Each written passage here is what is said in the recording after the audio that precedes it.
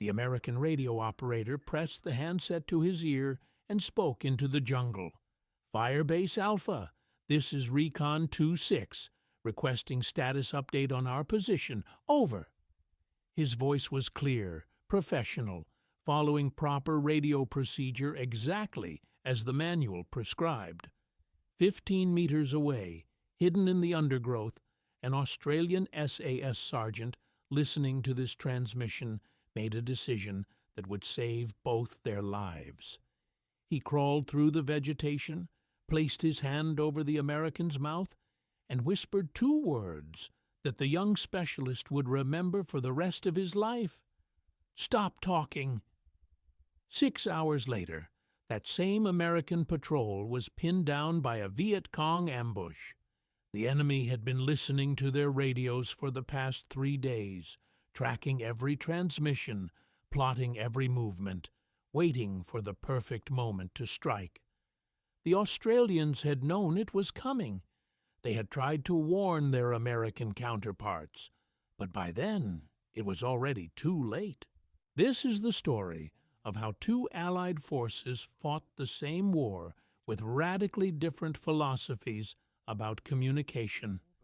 How American doctrine demanded constant radio contact, while Australian doctrine demanded radio silence. How one approach turned soldiers into targets, while the other turned them into ghosts.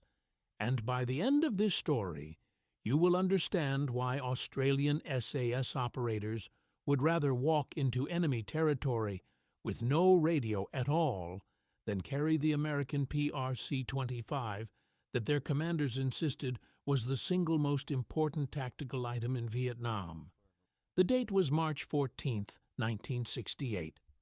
At Forward Operating Base Coral, 30 kilometers northeast of Saigon, an American liaison officer stood in the Australian signals bunker, watching something that violated everything he had been taught about military communications.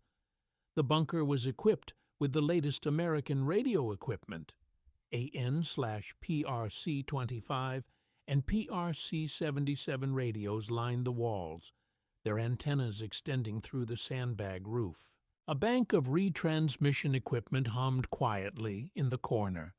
Signal operators from Australia's 152 Signal Squadron sat at their stations, headsets on, notebooks ready. And they were doing absolutely nothing. No transmissions, no status checks, no routine communications. The American officer checked his watch. It was 0800 hours. Every American unit in the theater was conducting morning situation reports at this exact moment. Radio nets across South Vietnam crackled with activity as platoons reported to companies. Companies reported to battalions. Battalions reported to brigade. It was standard operating procedure. It was how modern militaries functioned. The Australian signal sergeant noticed the Americans' confusion and explained patiently. "We've got 5 patrols in the field, 3 SAS reconnaissance teams, and 2 ambush positions. They went silent 12 hours ago. We won't hear from them again until their scheduled contact window at 1900 hours tonight. Unless they make contact with the enemy, then we'll hear 2 words, contact, wait, and then nothing else until they're ready to be extracted or the situation stabilizes." The American officer was stunned. 11 hours of silence? What if something happens? What if they need support? What if they're compromised?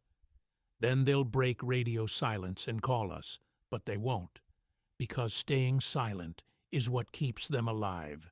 Your radios," the sergeant gestured at the American equipment, "those things are the most dangerous piece of kit you can carry in this jungle. Not because they don't work, because they work too bloody well. The enemy can hear you from kilometers away, and they've been listening to American frequencies since the first Marines landed at Da Nang." This was not an exaggeration. It was documented fact. In 1970, when American forces captured a North Vietnamese Army signals intelligence facility In Tay Ninh Province, they discovered something that shocked commanders all the way up to General Crichton Abrams himself. The enemy had been systematically intercepting, analyzing, and exploiting American radio communications since 1962. Trained radio operators fluent in English monitored American frequencies 24 hours a day. They understood not just the words, but the meaning behind military jargon, call signs, and coded references. The captured documents revealed the scope of the intelligence windfall. The 47th Reconnaissance Battalion of the North Vietnamese Army maintained detailed logs of American radio traffic. They knew when helicopters were inbound because forward air controllers announced it. They knew where artillery would land because forward observers coordinated fire missions over open frequencies. They knew unit positions because American doctrine required regular situation reports. They knew casualty numbers because medics requested evacuations in clear language. They even monitored American press broadcasts, which provided real-time operational information without any censorship or time delay. But most damning of all, the captured training manuals revealed that the North Vietnamese considered American radio operators to be the highest value targets on the battlefield. Kill the radio operator, and you decapitate American command and control.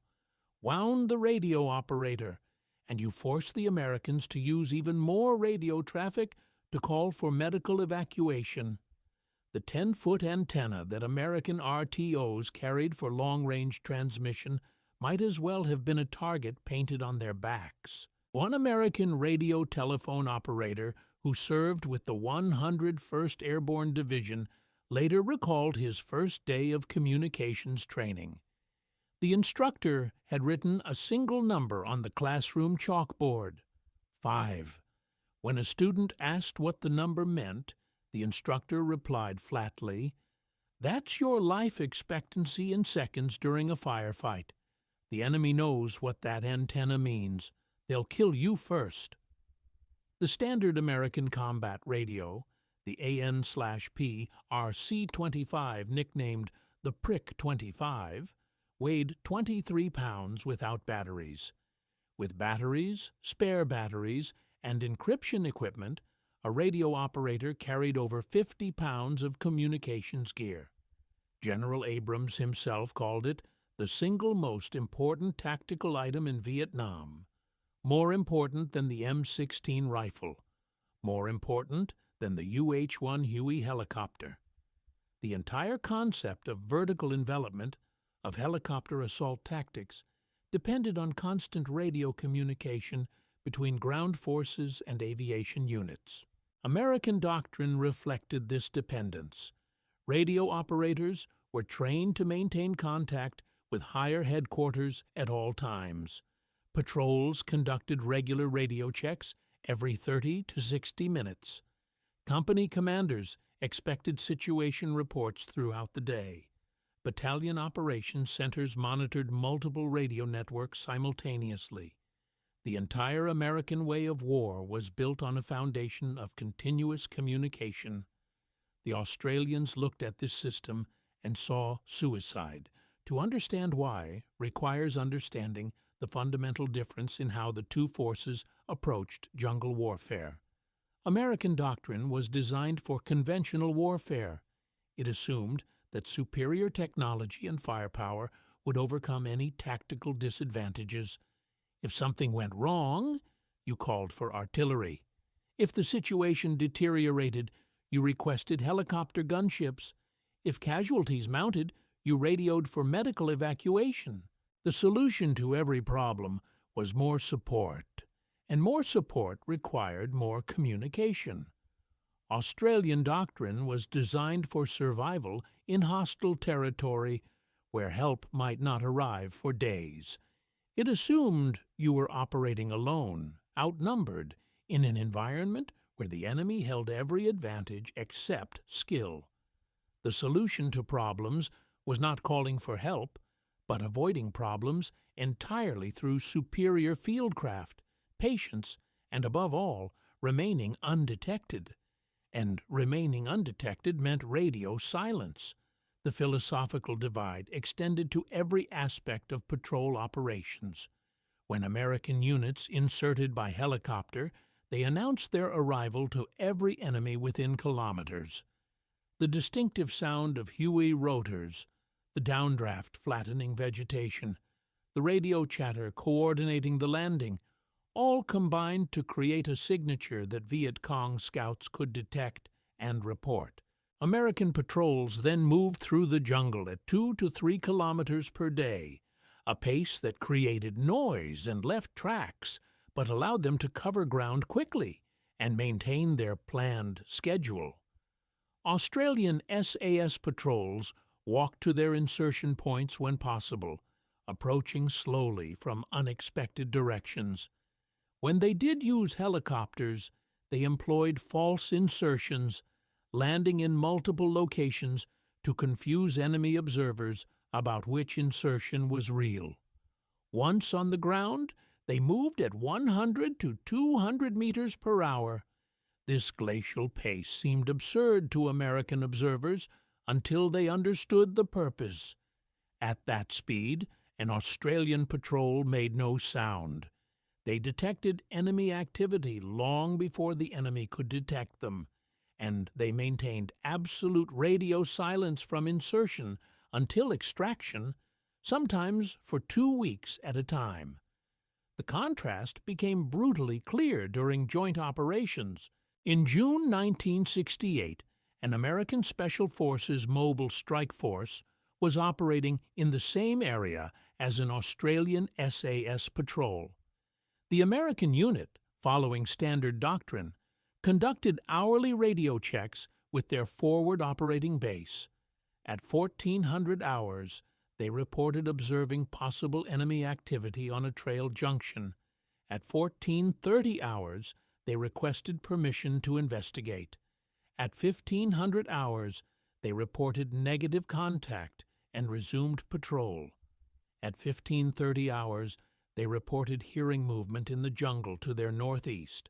At 1547 hours, they walked into an ambush that killed 8 men and wounded 14 more. The Australian patrol had been observing the same area for 3 days. They had identified the trail junction as a Viet Cong supply route. They had counted over 40 enemy fighters, using the trails at various times. They had plotted defensive positions and likely ambush sites. They had compiled detailed intelligence about enemy unit composition and movement patterns. And they had transmitted precisely 0 radio messages during those 3 days. When the Australian patrol finally broke radio silence to report the American ambush, their transmission lasted 11 seconds. Contact! Grid reference 847392. American casualties heavy. Request immediate dust-off. Out. Then silence again while they maneuvered into position to provide covering fire for the medical evacuation helicopters. The American survivors asked how long the Australians had been there. When told 3 days, one badly wounded sergeant wanted to know why the Australians hadn't warned them about the enemy concentration. The Australian patrol commander's response was recorded in the after-action report. "We tried, but you don't have radios. You have loudspeakers. Every time you transmit, every enemy within 5 kilometers knows exactly where you are and what you're doing. We maintain silence because that's the only way to survive in this environment. You maintain constant communication because your doctrine requires it. Your doctrine is getting your men killed." The sergeant, despite his wounds, pressed the issue. How could they have warned them if the Australians weren't transmitting either? The Australian commander explained that they had observed the American unit's radio schedule for 2 days. They knew exactly when the Americans would transmit their situation reports. They knew the frequencies being used. They had even prepared a brief encrypted warning message using Australian codes. But there was a problem. American units didn't monitor Australian frequencies during normal operations.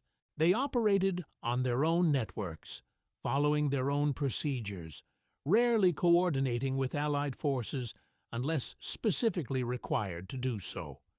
The Australians could have broken radio silence to warn the Americans, but doing so would have compromised their own position without guaranteeing the Americans would receive or understand the warning.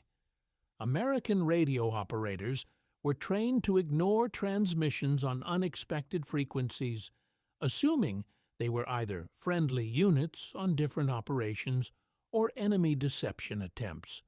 The one time the Australian patrol did attempt to make contact, transmitting a brief warning during an American radio check window, the American radio operator had responded with confusion and requested that the unidentified station authenticate using American codes. The exchange took 45 seconds of radio time. The Australian patrol commander terminated the transmission, knowing that enemy intercept operators were almost certainly listening and triangulating. 12 hours later, the American patrol walked into the ambush. The Australians had tried to warn them through the only completely secure method available. They had positioned themselves to provide covering fire if the Americans encountered trouble in the expected ambush zone. When the firefight erupted, the Australian patrol was already in position to engage enemy forces from an unexpected angle, creating confusion and allowing some of the American survivors to break contact and escape. This assessment was harsh but accurate. The numbers told the story that American commanders preferred not to acknowledge. Australian SAS patrols in Phuoc Tuy province achieved kill ratios of approximately 500 enemy eliminated for every Australian casualty. American units conducting identical missions in adjacent sectors averaged 12 enemy killed for every American killed. Some American conventional infantry units barely achieved parity, trading one American life for every enemy life taken. The disparity was not about courage or training or weapons. It was about fundamental operational philosophy, and at the heart of that philosophy was radio discipline. The Australian approach to radio communication was revolutionary by American standards. SAS patrols carried the same AN/P RC-25 radios that American forces used, but they employed them completely differently. An Australian patrol would establish a single scheduled contact time with base each day, usually at dawn or dusk, when atmospheric conditions were best for transmission. These contact windows lasted no more than 5 minutes. The patrol would report their position using prearranged codes, provide essential intelligence, and receive any necessary instructions. Then the radio went silent again for another 24 hours. If a patrol made contact with the enemy, the transmission protocol was brutally simple. The radio operator would key the handset and transmit exactly 3 words: contact, wait, out. That's it. No elaboration. No description of enemy strength or position. No request for instructions.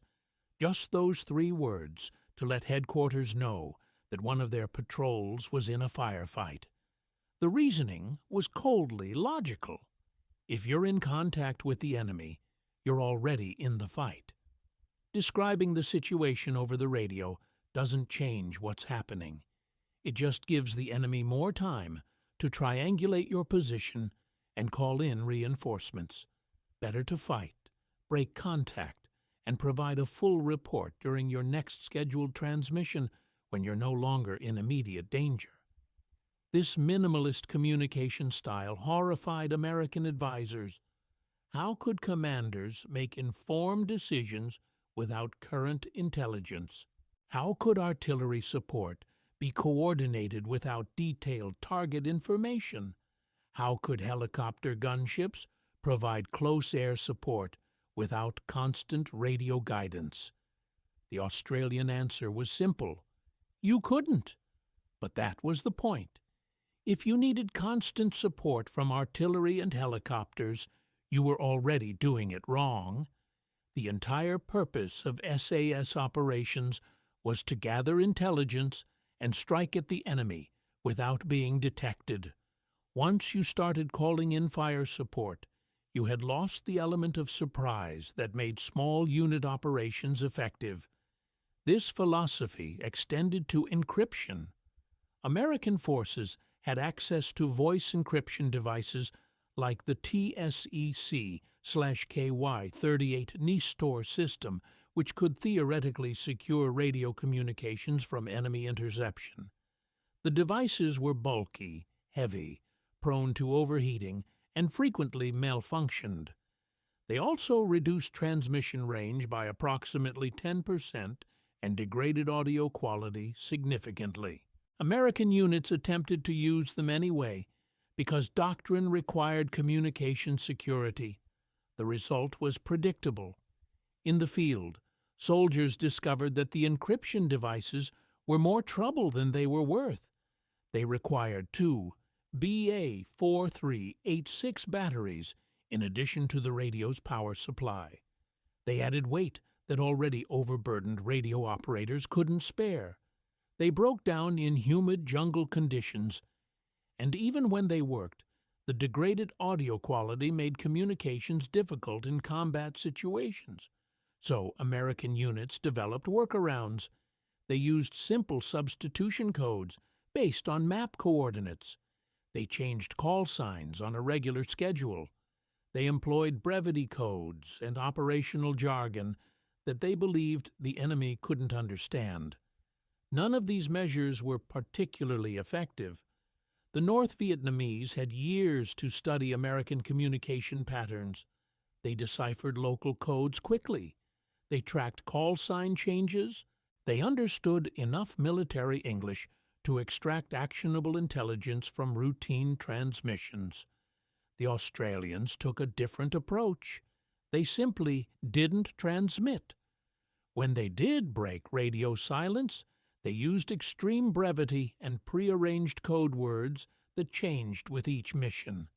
A typical Australian transmission might consist of a single code word and a number. Wallaby 7. To anyone listening, it was meaningless.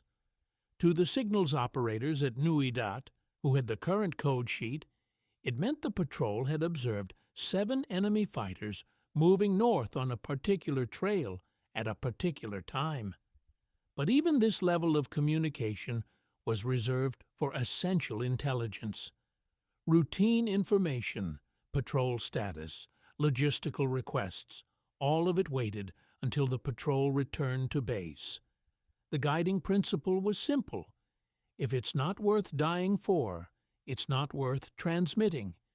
This discipline required a fundamental shift in how patrols operated. American patrols relied on their radio as a lifeline. If something went wrong, they could call for help. This created a subtle psychological dependency that affected decision-making. Patrols moved more aggressively because they knew fire support was a radio call away. They took risks because medical evacuation was always available. They operated with the confidence that came from knowing they were never really alone. Australian patrols had no such comfort. Once they inserted, they were alone. Completely, totally alone. Help was not a radio call away because they weren't making radio calls. If they got into trouble, they had to fight their way out using only what they carried. If someone was wounded, they had to provide their own medical treatment. If they needed to extract, they had to move to a viable landing zone and wait until their scheduled contact time to request pickup. This isolation bred a different kind of operational mindset. Australian patrols moved with extreme caution because mistakes had no remedy. They avoided contact when possible because every firefight risked compromise. They relied on fieldcraft and patience rather than firepower and support. The radio was an emergency tool, like a medical tourniquet, something you desperately hoped you would never need to use. The training that created this mindset was fundamentally different from American instruction. At the Australian SAS training facilities in Swanbourne, Western Australia, soldiers learned radio procedures that seemed almost contradictory to military common sense. They were taught that a successful patrol was one where the radio was never turned on except for scheduled contact windows. They practiced communication discipline in exercises where instructors monitored all transmissions and automatically failed any patrol that broke radio silence unnecessarily. One particularly brutal training exercise involved patrols operating in the Australian outback for 2 weeks with fully functional radios, but explicit orders to maintain absolute silence unless they encountered a genuine life-threatening emergency. Instructors would create scenarios designed to tempt soldiers into transmitting. Simulated enemy forces would establish positions blocking planned movement routes. Food and water resupply would be delayed. False intelligence would be planted, suggesting that extraction points had been compromised. The patrols that transmitted to request guidance or report problems failed the exercise, regardless of what other objectives they achieved. The point was to ingrain a fundamental truth: in real operations, there would be no help coming. Radio silence was not just a tactic, it was a survival requirement. Soldiers who could not operate independently, who needed constant guidance from headquarters, who viewed the radio as a lifeline rather than a liability, would get themselves and their teammates killed in actual combat operations. American training took the opposite approach.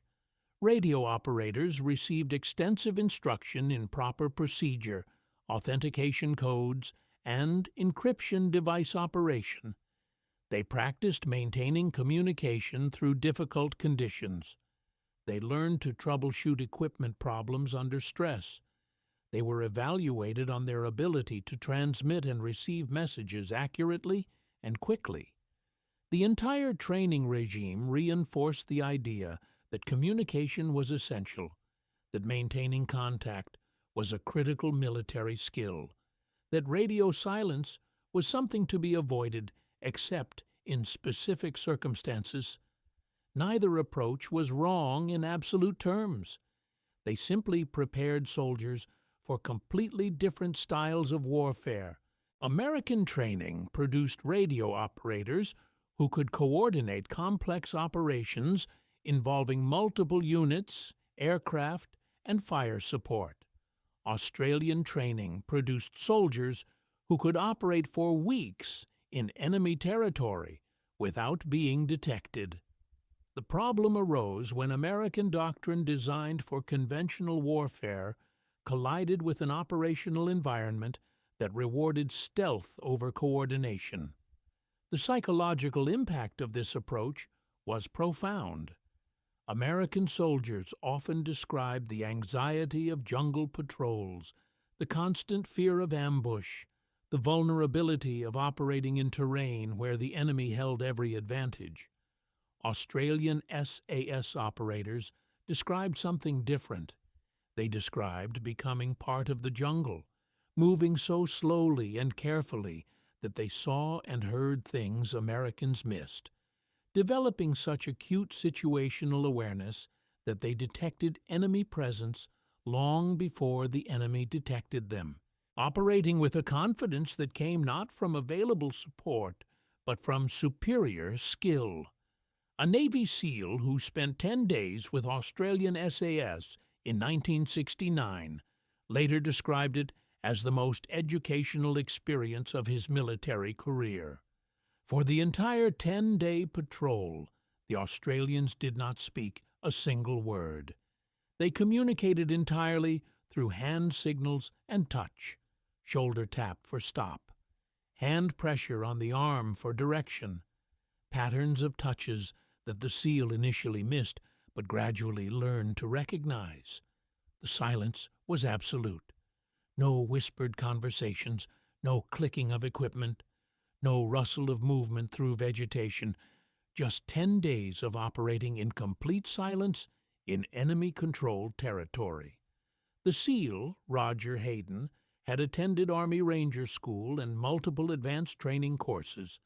He later told interviewer Jocko Willink that he learned more about reconnaissance and fieldcraft in those 10 days with the Australians than in all his other training combined.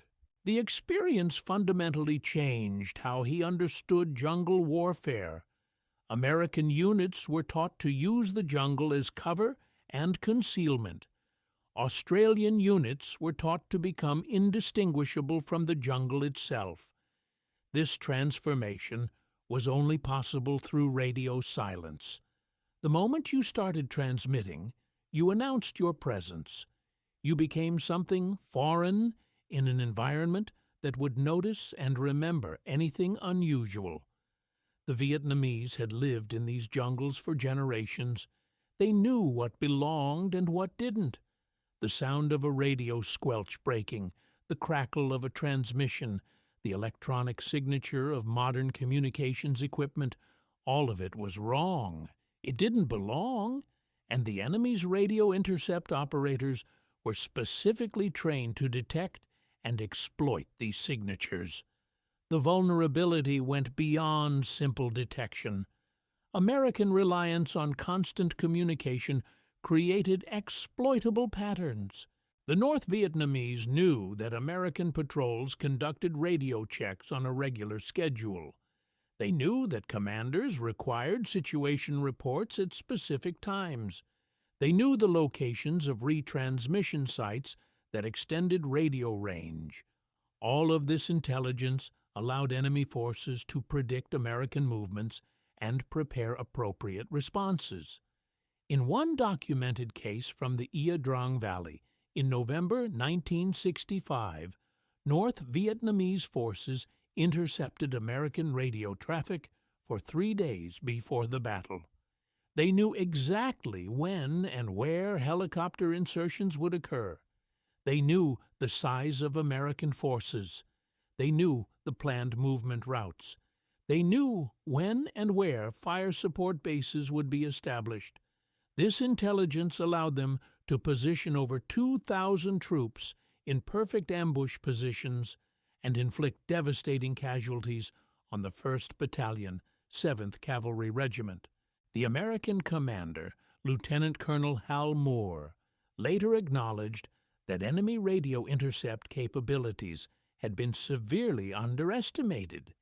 His battalion's PRC-25 radios had a normal range of only 3 to 7 miles, but they were trying to communicate with fire support bases 15 miles away. This required using long-range antennas and higher transmission power, which made the signals even easier for enemy operators to detect and track. Meanwhile, Australian SAS patrols operated in the same general area with the same equipment, but achieved completely different results. They didn't try to maintain constant contact with headquarters 15 miles away. They established forward retransmission sites manned by signal specialists from 152 Signal Squadron. These sites were positioned to create overlapping coverage zones, allowing patrols to make brief transmissions at low power during scheduled contact windows. The transmissions were so short and infrequent that enemy radio intercept operators often couldn't get a reliable fix on the patrol's location before the transmission ended. But the Australian advantage went deeper than just tactical communication security. It reflected a fundamental philosophical difference about information flow in military operations. American doctrine was built on the assumption that commanders needed comprehensive, real-time information to make effective decisions. This assumption drove the requirement for constant communication. Battalion commanders needed to know where all their units were at all times. Brigade commanders needed current intelligence to allocate resources. Division commanders needed situation updates to coordinate operations across multiple units. This created an enormous communication burden. Every patrol in the field was expected to report regularly. Every unit movement required coordination. Every significant event triggered a cascade of transmissions up and down the chain of command. The radio networks were constantly active, processing hundreds of transmissions every hour. Australian doctrine rejected this approach entirely. SAS patrols were given mission orders and then trusted to execute them without constant supervision. Patrol commanders had the authority to make tactical decisions in the field without requesting permission from higher headquarters. If a patrol observed enemy activity, they assessed whether to engage, avoid, or monitor based on their judgment of the situation. They didn't radio back for instructions because the time delay would compromise whatever tactical advantage they held. This trust extended to intelligence reporting. Australian patrols knew that their observations might not reach headquarters for days. They accepted that their intelligence would often be historical rather than real-time by the time it was acted upon. But they also understood that accurate intelligence was more valuable than rapid intelligence. Better to spend 3 days observing an enemy position and providing detailed, verified information than to send fragmentary reports every few hours that might be incomplete or inaccurate. The cultural difference was stark. American officers were trained to command and control their units through constant communication. Australian officers were trained to provide mission guidance and then step back while their soldiers executed. American doctrine treated radio silence as a sign that something was wrong. Australian doctrine treated unnecessary radio traffic as a sign of poor discipline. This clash of philosophies created friction during combined operations. American commanders would request status updates from Australian units and receive no response. They would interpret the silence as a communication failure and send additional requests. The Australians would ignore these requests unless there was actual tactical information to report. American officers viewed this as insubordination or operational inflexibility. Australian officers viewed American communication requirements as dangerous peacetime habits that had no place in combat operations. The friction came to a head during Operation Coberg in January 1968. The operation involved both American and Australian units conducting coordinated sweeps through Viet Cong base areas in Bien Hoa province. American units maintained their standard communication protocols, providing regular situation reports and coordinating movements with battalion headquarters. Australian SAS patrols went silent after insertion and were not heard from again for 5 days. The American brigade commander was furious. He demanded to know the status of the Australian units. Were they in position? Had they made enemy contact? Were they encountering any difficulties? The Australian task force commander explained patiently that the patrols were fine. If they weren't fine, they would have broken radio silence to report it. The absence of transmission meant everything was proceeding according to plan.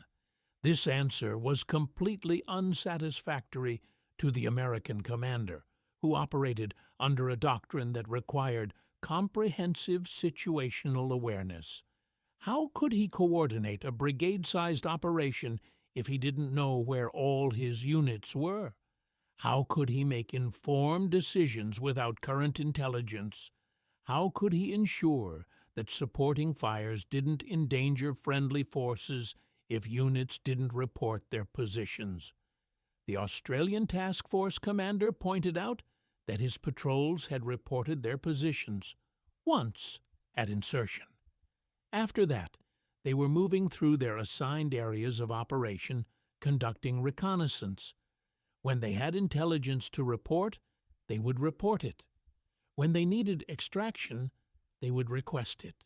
Until then, silence meant success. The American commander insisted that this was unacceptable.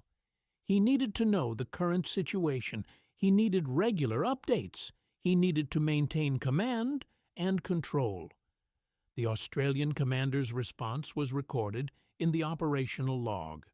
"With respect, sir, command and control through constant communication is an illusion in this environment. The enemy is listening to every transmission. Your units announce their positions hourly. My units are undetectable because they don't transmit. Your doctrine prioritizes your need for information over your soldiers' need to survive.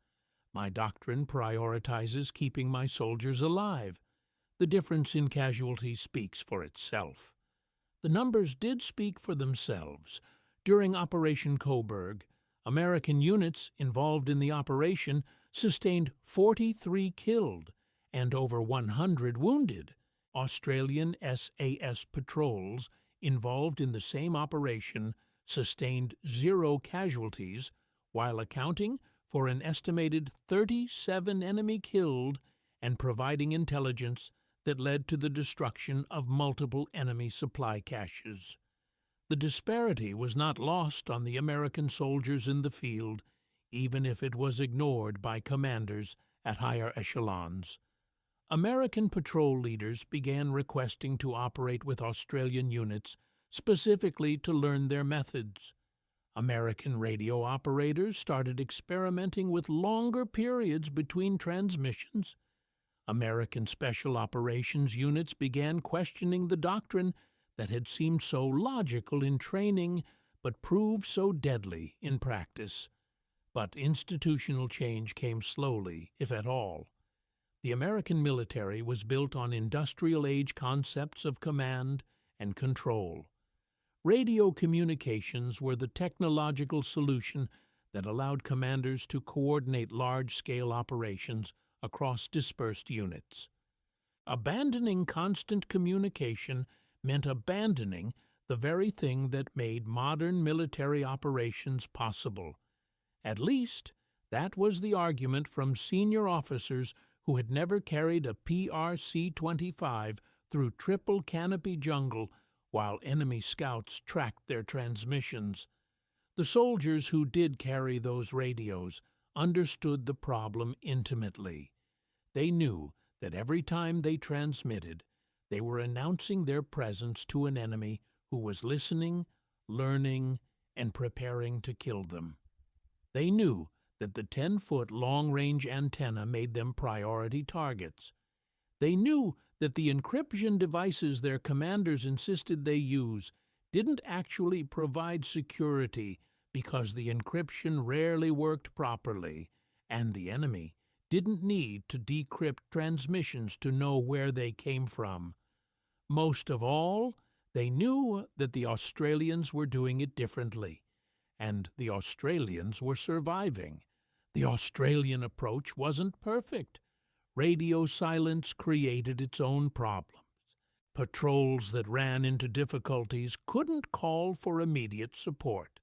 Intelligence that might have tactical value couldn't be reported in real time. Coordination between multiple patrols required careful planning because they couldn't adjust their movements based on current information. But these problems were manageable because Australian patrols were trained to operate independently. They carried enough ammunition, food, and medical supplies to sustain themselves for extended periods. They planned multiple contingency routes so they could extract without radio coordination if necessary. They operated with the assumption that help would not be coming, which meant they avoided the kind of risks that required external support to survive. American patrols made different calculations. They carried less ammunition because they could call for resupply. They took more risks because helicopter gunships were available for support. They operated with greater speed because medical evacuation was a radio call away if someone was wounded. This approach worked well in some environments. In the dense jungles of Vietnam, against an enemy who was monitoring every radio frequency, it was a prescription for disaster. The fundamental problem was that American doctrine had been developed for conventional warfare against conventional enemies. It assumed that friendly forces would control the electromagnetic spectrum. It assumed that communication security meant encrypting transmissions, not avoiding transmissions. It assumed that the tactical advantages of coordination outweighed the risks of detection. In Vietnam, every one of these assumptions was wrong. The enemy controlled the electromagnetic spectrum through their comprehensive radio intercept program. Communication security required radio silence, not encryption, because the encryption devices didn't work reliably. The tactical risks of detection far outweighed any advantages from coordination, because an enemy that knew where you were could ambush you with overwhelming force. The Australians understood this because they had learned hard lessons in previous conflicts. During the Malayan Emergency in the 1950s, British and Australian forces had fought communist insurgents in jungle terrain similar to Vietnam. They had discovered that radio transmissions allowed the enemy to track patrol movements. They had learned that radio silence was the price of survival in guerrilla warfare. They had developed doctrine based on these lessons and trained their soldiers accordingly. American forces arrived in Vietnam without this institutional knowledge. They brought doctrine designed for the open battlefields of Europe, where radio communications enabled the kind of coordinated operations that had won World War II. They applied this doctrine to jungle warfare without fully understanding the differences in operational environment. By the time they began to recognize the problem, thousands of soldiers had already paid the price. The most tragic aspect was that the solution was available the entire time. The Australians were there, in country, conducting operations that demonstrated an alternative approach. American liaison officers observed Australian methods. American soldiers who worked with Australian units saw the difference firsthand. Reports documenting Australian success were written, filed, and ignored. Institutional inertia is a powerful force. The American military had invested enormous resources in developing and fielding radio communications equipment. Training programs taught radio procedures as fundamental military skills. Commanders had built their understanding of leadership around the ability to command and control through constant communication.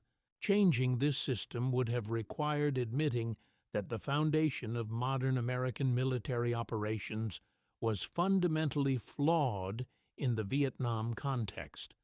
That admission never came, not officially. Instead, the war continued with American units maintaining their communication-intensive doctrine while Australian units maintained their radio silence. The casualty figures continued to show the disparity. The after-action reports continued to note the tactical advantages of the Australian approach.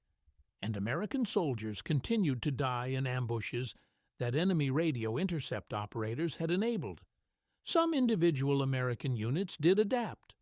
Long-range reconnaissance patrols, LRRPs, began operating with extended radio silence. Some special forces teams adopted Australian-style communication discipline. Navy SEAL teams that cross-trained with Australian SAS incorporated their radio procedures. But these were exceptions that proved the rule. The vast majority of American forces in Vietnam never changed their approach to radio communications. The Australian SAS left Vietnam in 1971 with a combat record that remains extraordinary. In over 1,200 patrols, they killed an estimated 500 enemy fighters, wounded many more, and captured critical intelligence. Their losses were 1 killed in action, 1 died of wounds, 3 accidentally killed, 1 missing, and 1 death from illness, 28 wounded. Their kill ratio exceeded 500 to 1. These numbers were not the result of superior weapons or better training or braver soldiers. They were the result of doctrine that prioritized survival through stealth over coordination through communication. They were the result of understanding that in guerrilla warfare, the enemy who cannot find you cannot kill you. They were the result of accepting that radio silence was not a communications failure, but a tactical necessity. The American experience in Vietnam told a different story. Over 58,000 Americans died in the conflict. Countless more were wounded. Many of those casualties occurred in ambushes and engagements that enemy radio intercept operations had enabled. The exact number will never be known, because admitting the scope of the communication security failure would have been too embarrassing for the military establishment to accept. But the soldiers knew. The ones who carried the radios, the ones who transmitted according to doctrine and watched their position get mortared 10 minutes later, the ones who called in situation reports and walked into ambushes at the next trail junction, the ones who survived only because they learned, too late, that the radio was more dangerous than any weapon the enemy carried. Years later, after the war ended, after the classified documents were declassified, after veterans started sharing their stories, the full picture emerged. The North Vietnamese had been listening from the beginning. They had understood American radio procedures better than many American radio operators. They had exploited this intelligence systematically, turning American communication superiority into a tactical liability. The captured documents revealed the sophistication of enemy radio intelligence operations. The 47th Reconnaissance Battalion maintained dedicated listening posts throughout South Vietnam, each staffed by operators who had been trained specifically to intercept American military communications. These operators understood not just English, but American military jargon, brevity codes, and operational terminology. They could distinguish between different types of units based on radio traffic patterns. They knew that heavy radio activity often preceded major operations. They could identify unit commanders by voice recognition. More disturbing still, captured training materials showed that enemy forces had developed detailed tactical responses to exploit American communication patterns. When they intercepted transmissions indicating helicopter insertions, they had pre-positioned anti-aircraft weapons along likely flight paths. When they detected radio traffic suggesting artillery preparation, they moved personnel into hardened bunkers before the first rounds landed. When they identified the distinctive radio signature of American medical evacuation requests, they prepared secondary ambush positions to catch reinforcements attempting to reach the casualties. The enemy had literally built their tactical doctrine around exploiting American radio dependence. They didn't need to win fair fights. They just needed to listen to American radios, understand what was being planned, and position forces accordingly. The Americans were essentially broadcasting their intentions to an enemy who was paying close attention, and the Australians had known the whole time. They had tried to warn their allies. They had demonstrated the alternative. They had offered to share their methods. But institutional doctrine is not easily changed, especially when admitting the need for change requires acknowledging that your current approach is getting your soldiers killed. The lessons from Vietnam remain relevant today. Modern military forces have encrypted digital communications that would seem to solve the problems that plagued Vietnam-era radios, but the fundamental principle remains unchanged. Every transmission is a potential compromise. Every communication is a risk. The enemy may not be able to decrypt your message, but they can detect that you transmitted something, triangulate your position, and respond accordingly. The most sophisticated encryption in the world cannot protect you from an enemy who is willing to kill you simply because you made noise on the electromagnetic spectrum. The Australian SAS understood this in 1966. They built their doctrine around this understanding. They survived because of it. American forces eventually learned the lesson, but the learning came decades too late for the soldiers who carried PRC-25 radios through the jungles of Vietnam, the ones who followed doctrine, the ones who maintained constant communication because that's what they were trained to do, the ones who died because their radio made them targets. The Australian sergeant who crawled through the undergrowth to stop that American radio operator from transmitting understood something that doctrine didn't teach. In the jungle, silence is survival. Communication is compromise. The radio is not a lifeline. It's a beacon for the enemy. Stop talking. 2 words that saved lives. 2 words that encapsulated everything American doctrine got wrong about jungle warfare. 2 words that thousands of American soldiers never heard until it was too late. The radios themselves were not the problem. The AN/PRC-25 was an excellent piece of equipment, reliable and effective. General Abrams was right when he called it the single most important tactical item in Vietnam, but not for the reasons he thought. It was important because it enabled the kind of coordinated operations that American doctrine demanded. It was important because it allowed commanders to maintain the illusion of control over a war that could not be controlled. It was important because it represented everything that American military culture valued: technology, communication, coordination. And it got soldiers killed, not because the radio was bad, but because the doctrine surrounding its use was fundamentally unsuited to the operational environment. Because American military culture could not accept that sometimes the best communication is no communication, that sometimes the tactical advantage of being undetectable outweighs the command advantage of being informed, that sometimes in warfare silence is golden and radio transmissions are death. The Australian SAS proved this. Every single day they operated in Vietnam. Every patrol that returned with 0 casualties and valuable intelligence. Every ambush they conducted without being detected. Every time they moved through enemy-controlled territory without the enemy knowing they were there.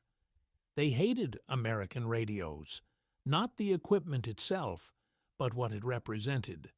A doctrine that prioritized command convenience over soldier survival. A system that turned communication into a vulnerability. An approach to warfare that valued staying connected more than staying alive. In the jungle, they had learned, you have a choice. You can maintain constant communication with headquarters, following doctrine, satisfying commanders who are kilometers away in relative safety, or you can maintain radio silence, break the rules, and come home alive. The Australians made their choice. They turned off the radios. They embraced silence. They became ghosts. The Americans made a different choice. They followed doctrine. They maintained communication. They paid the price. And in the decades since, the debate continues. Which approach was right? The answer depends on what you value more: command and control or survival, institutional doctrine or tactical effectiveness, the satisfaction of knowing where your units are, or the knowledge that your soldiers are coming home. The Australian SAS had no doubt which was more important. Every silent patrol, every successful mission, every soldier who returned alive because they had the discipline to stop talking, that was their answer. The Americans took longer to learn. Some never did. But the soldiers who served alongside the Australians, who saw their methods, who understood the difference, they knew. They carried that knowledge home. They passed it to the next generation of soldiers. Stop talking. It's not in the manual. It's not official doctrine. It's not what they teach in signal school. But it's the truth that Australian SAS learned in the jungles of Vietnam, and American soldiers learned the hard way. Sometimes the most important communication is the one you don't make. Sometimes the best radio procedure is radio silence. Sometimes survival requires you to turn off the equipment your commanders insist is essential. The PRC-25 was the single most important tactical item in Vietnam. The Australians proved it by leaving it turned off.